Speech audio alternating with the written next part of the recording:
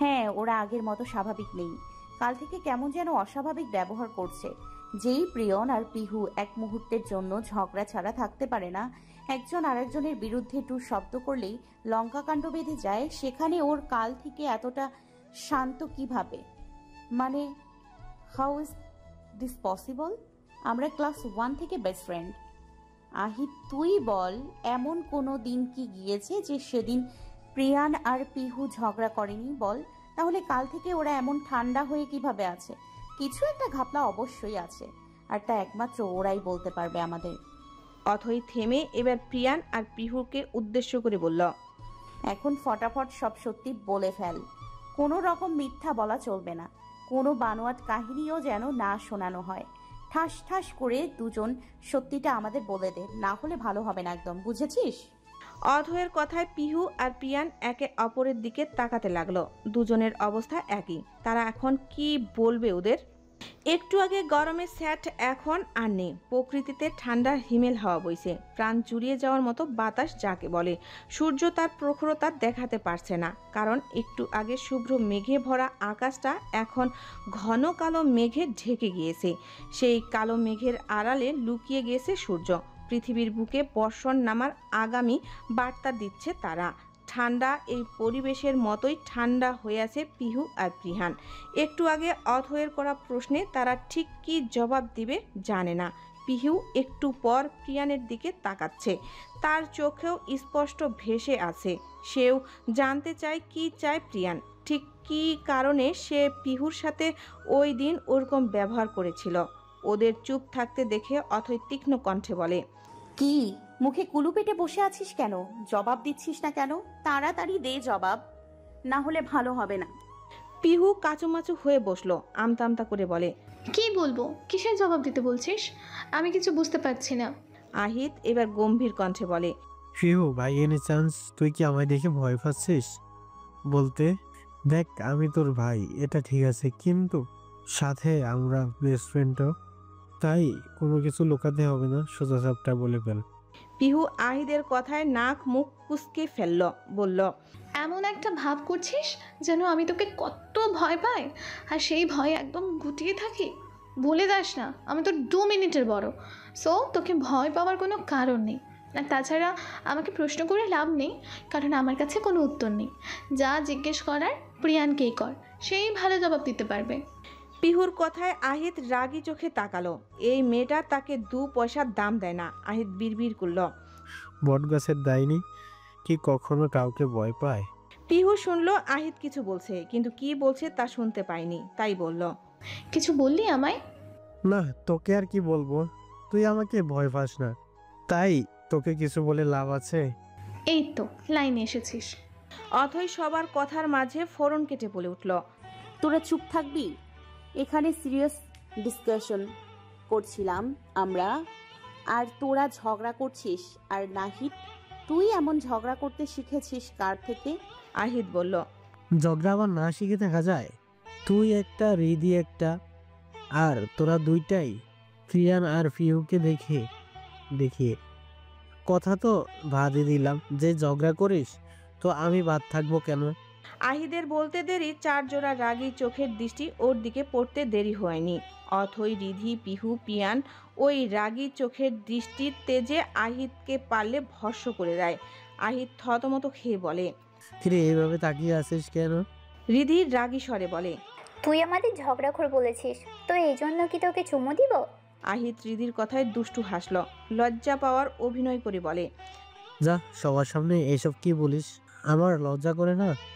আর তাছাড়া যদি এতই আমায় চুমু দিতে চাস তো অন্য জায়গায় গিয়ে দিতে পারিস, আমি মাইন্ড করব না। আহিদের এই কথায় রিধির চোখ বড় বড় করে তাকালো, পরপরই খেকিয়ে উঠল, আহিদ্দার বাচ্চা, তোরে তো আমি আজকে শেষ করে দিব, বান্দর পোলা। রিধি গিয়ে আহিদের চুল টেনে ধরল। আকস্মিক হামলায় আহিদ ভরকে যায়, চেঁচিয়ে ওঠে, স্যার আমাকে, উফ স্যার, আমার কত যত্নের চুল এগুলো, আমার একটা চুলও যদি ছিঁড়ে না তাহলে তোর মাথার একটা চুলও থাকবে না। এদিকে অথই বিরক্ত হয়ে বসে বসে ওদের কাণ্ড দেখছে। সে এদের কি এই জন্য ডেকেছিল?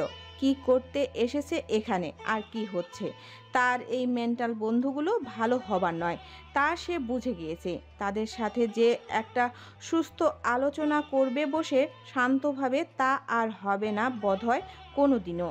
অথই দীর্ঘশ্বাস ফেলল, তারপর উঠে গিয়ে রিদিকে টেনে সরিয়ে আনলো। রিদি তখনও রাগে ফুঁসছে আহিদের দিকে তাকিয়ে। এদিকে আহিদ মাথায় হাত বুলাচ্ছে। এভাবে চুল ধরে টানাটানি করায় সে বেশ ব্যথা পেয়েছে। এদিকে অথই পিহুর কানে কানে বলে, কি রে, এই আহিদ্দার হলোটা কি? ও তো এমন ব্যবহার তো কোনোদিন করে না। মনে হচ্ছে ও একটু বেশি হ্যাপি মুডে আছে। কেমন যেন ঘাপলা লাগছে। ডাল মে কুছ কালা হে দায়া থুকু। পিহু পাতা লাগাও। পিহু ভাবুক গলায় বলে। কিন্তু পাতা লাগায় কিভাবে? আমি তো জানি গাছ লাগায়। পিহুর কথায় অথই ওর মাথায় গাঁটটা মারল। গাধি একটা। পিহু দাঁত কেলালো। এভাবে হইচই করে সারাটা বিকেল কেটে গেল। অথই ইচ্ছে করে আর ঘাটায়নি পিহু আর পিহানকে। যা তারা এখন বলতে চাচ্ছে না, তা জোর করে লাভ নেই। সময় হলে নিজেরাই এসেই বলবে, তা অথয়ও ভালোভাবেই জানে। তবে এদের যে আগের মতো স্বাভাবিক করতে পেরেছে তাই অনেক। ওদের আড্ডার মাঝে আকাশের তীব্র স্বরে গর্জন করে উঠল। ওরা হাসি ঠাট্টায় এতটাই মত্ত ছিল যে আকাশের পরিস্থিতির কথা ভুলেই গিয়েছিল। কিন্তু যতক্ষণে সজাগ হয়েছে ততক্ষণে শো শো বাতাস ছেড়েছে। আকাশের তীব্র মেঘের গর্জন করছে। রিমঝিমিয়ে মুষলধারে বৃষ্টি নেমে গেল। সামনেই নদী, নদীর পানিতে বাতাসের কারণে উতাল ঢেউ সৃষ্টি হয়েছে। ঝড়ো হাওয়া, কালো মেঘে ঢাকা আবসা আধারে ছেয়ে থাকা প্রকৃতির সাথে ঝুমঝুম বৃষ্টি। সেই বৃষ্টিতে ভিজতে থাকা 5 জন বন্ধু। আর কি চাই এই মুহূর্তে? ওরা 5 জন বন্ধু মিলে হইহুল্লোড় করে বৃষ্টি বিলাসে মত্ত হয়ে গেল। প্রায় 1 ঘন্টা পর বৃষ্টি কমে আসছে। চারপাশ থেকে আজানের ধ্বনি ভেসে আসছে। তাই সিদ্ধান্ত নেয় এখন সবাই চলে যাবে। হলোও তাই। আহিদ আর পিহু চলে গেল একটা বাইকে করে, আর প্রিয়ান, অথই আর রিদিকে সাথে নিয়ে চলে গেল। বাড়িতে এসে অথই ক্লান্ত শরীরে বাড়ির কলিং বেলে বাজালো। মিনহা বেগম এসে দরজা খুলে মেয়েকে এমন জুবুথুবু ভেজা অবস্থায় দেখেই শুরু করে দিল বকাবকি। অথই কানে নিল না, নিজের রুমের দিকে যেতে লাগলো। কিন্তু তার আগেই বসার ঘর থেকে ইহানের ডাকে থেমে গেল। এভাবে ভিজে এসেছিস কেন? নিশ্চয়ই সবগুলো মিলে বৃষ্টিতে ভিজেছিস। অথই জোরপূর্বক হাসলো। ভাইয়ের বোকা সে সহজে পায় না। তবে ইহান যখন রেগে যায় তখন ইহানকে অথই অনেক ভয় পায়। ইহান অথয়ের নিজেকে হেলাফেলা একদম সহ্য করতে পারে না। তখনই ও রেগে অথইকে বোকাঝোকা করে। অথই ইহানের বোকা খাওয়ার ভয়ে বলে, আরে কি বলছিস ভাইয়া? এমন কিছুই না। ওই প্রিয়ানের বাইক দিয়ে এসেছি তো, রাস্তা দিয়ে আস্তে আস্তে ভিজে গিয়েছি। ইহান গম্ভীর গলায় বলে, আমাকে মিথ্যে বলে লাভ নেই। আমি তোর সম্পর্কে সব কিছুই জানি। ভুলে যাস না আমি তোর ভাই। তো এসব লং স্কুর্স একদম দিবি না আমায়। এখন যা, দ্রুত চেঞ্জ করে নে। জ্বর আজকে আসবে তা নিশ্চিত। আমি আমাকে দিয়ে গরম দুধ পাঠাচ্ছি, কোনো রকম বনিতা ছাড়া খেয়ে নিবি, না হলে তোর কপালে শনি আছে। অথই শুকনো ঢোক গিলল। ইহানের ভয়ে আর নাকচ করলো না, না এদিকে সেদিকে তাকালো। এক দৌড়ে নিজের রুমে। অথইকে ভয় পেতে দেখে ইহান মুচকি হাসলো। পরক্ষণে হঠাৎ করেই তার রিধির কথা মনে পড়ে গেল। মেয়েটাও নিশ্চয়ই বৃষ্টিতে ভিজেছে। ঠান্ডা জ্বরে তো সেও ভুগবে। পর মুহূর্তেই নিজের ভাবনায় নিজেই হতভম্ব হয়ে যায়। আশ্চর্য, তার কেন আজ হঠাৎ হঠাৎ রিধির কথা মনে পড়ছে? সে বোধহয় পাগল হয়ে যাচ্ছে। নিজের মনে বিড়বিড় করতে করতে ইহান নিজের রুমে চলে গেল। গরম পানি দিয়ে গোসল দিয়ে অথই কম্বল মুড়ি দিয়ে শুয়েছে।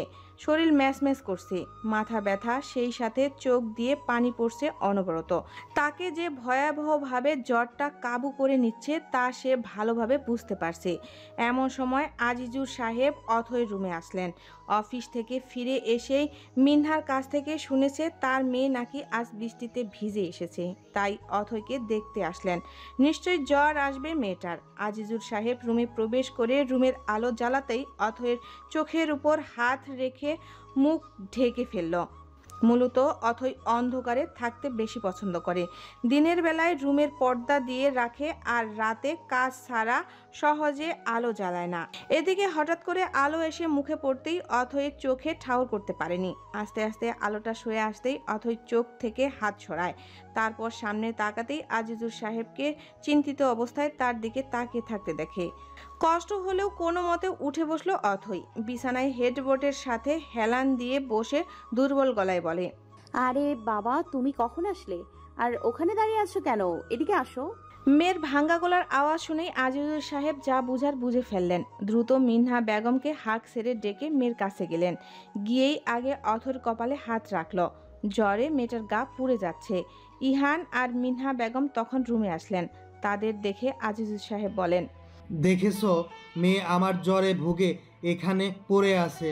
তুমি যেহেতু দেখেছো ও বৃষ্টিতে ভিজে এসেছে, তুমি এসে ওকে দেখবে না? আমি না আসলে তো মেয়েটা আবার এভাবে পড়ে থাকতো। এতটুকু খেয়াল রাখতেও পারো না তুমি মিনহা? মিনহা বেগম স্বামীর কথায় রেগে গিয়ে বলে, হ্যাঁ, এখন সব দোষ আমার, তাই না? তোমার গুণধর মেয়ে গিয়েছে কেন বৃষ্টিতে ভিজতে? সে জানে না তার যে জ্বর আসবে? ও তো ছোট মানুষ, বুঝে নাই। হ্যাঁ, এমন ভিঙে মেয়েকে ছোট ছোট বলে আর মাথায় উঠিও না। এমনিতেই আমার কথা শোনে না। তোমার আহ্লাদে আহ্লাদে মেয়েটা পুরো বকে গিয়েছে, একটা কথাও শোনে না আমার। ওর যে বিয়ে হয়ে গিয়েছে সেই খেয়ালও কি ওর করে? এখন তো একটু শান্তশিষ্ট হতে পারে না? তা হবে কেন? এটা করলে আমাকে জ্বালাবে কে? সব জ্বালা হয়েছে আমার। আমি চলে গেলেই বুঝবে তোমরা। মিনহা বেগম আরও অনেক কিছু বলতে বলতে রান্নাঘরে চলে গেল। মেয়ের জন্য তিনি চিন্তিত। দ্রুত চুলায় রং চা বসালো। এটা খেলে গলা ব্যথা যদি থাকে ছেড়ে যাবে। তারপর স্যুপ বানাতে লেগে পড়লেন। ভাত যে তার মেয়ে এখনো একটুকু খায়নি। মায়েরা এমনই, সন্তানের কিছু হলে তারা অস্থির হয়ে পড়েন, কিভাবে যে সন্তানকে সুস্থ করে তুলবেন। এদিকে আজিজুর সাহেব ইহানকে বললেন গিয়ে এক বালতি পানি আনতে। অথয়ের মাথায় পানি ঢালতে হবে। ইহানও তাই করল। আজিজুর সাহেব নিজ হাতে মেয়ের সেবা করতে লাগলেন। এদিকে জ্বর বাড়ার কারণে অথই কথাও বলতে পারছে না, চোখ বন্ধ করে শুয়ে আছে।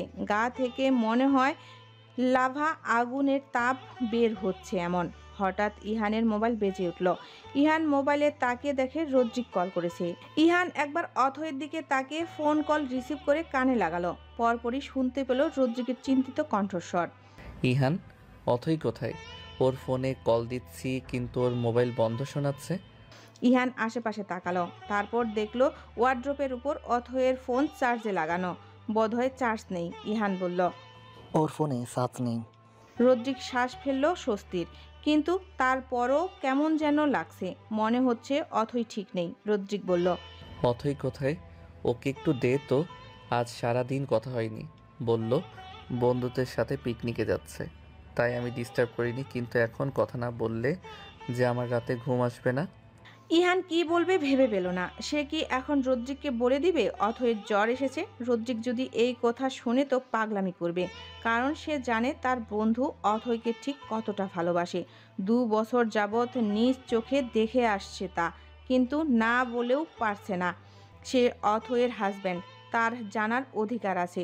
যা হবার হবে। তাই ইহান আর বেশি ঘাটল না, সত্যি কথাটাই বলল। বন্ধুরা পিকনিক করতে গিয়ে জানালা পাকিয়ে এসেছে। এগুলো মনে হয় এই সময় বৃষ্টিতে ভিজে এসেছে।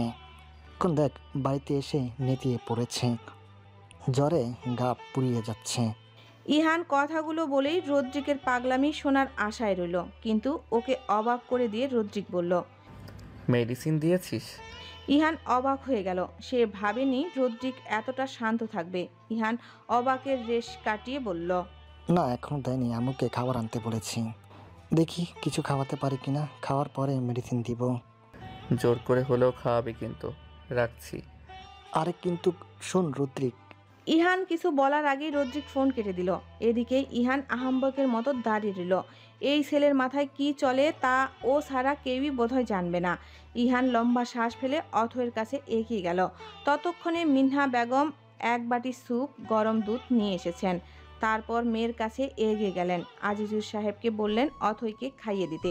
আজিজুর সাহেব তাই করলেন। আর মিনহা বেগম বসে বসে অথয়ের মাথায় পানি ঢালতে লাগলো। মিনিট 20 পর ওদের বাড়ির কলিং বেল বেজে উঠল।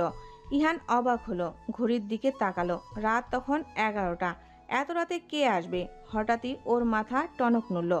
সে 100% শিওর এটা তার পাগল বন্ধু ছাড়া কেউই না। ইহান দ্রুত পায়ে চলে গেল দরজা খুলতে, কিন্তু দরজা খুলতে সে অবাক হয়ে গেল। সে তো ভেবেছিল রদ্রিক আসবে। অবশ্য সেটা সঠিক, রদ্রিক এসেছে, তবে একা না, সাথে আতিক মাহবুব সাহেব, আরহাম সাহেব, আরিয়ান আর রোজাও এসেছে। ইহানকে এভাবে খাম্বার মতো দাঁড়িয়ে থাকতে দেখে রদ্রিক ভ্রু কুঁচকে বলল, সরছিস না কেন? নাকি বাসায় ঢুকতে দিবি না? রদ্রিকের কথায় ইহান তার সম্মতি ফিরে পেল। দ্রুত দরজা থেকে সরে গিয়ে দাঁড়ালো। এরপর সবাইকে সালাম জানিয়ে ভেতরে আসতে বলল। তারাও সালামের জবাব দিয়ে বাসায় প্রবেশ করলো। এদিকে বসার ঘরে মানুষের কোলাহলপূর্ণ আওয়াজে আজিজুর সাহেব আর মিনহা বেগম না চাইতেও মেয়ের কাছ থেকে উঠে এলেন।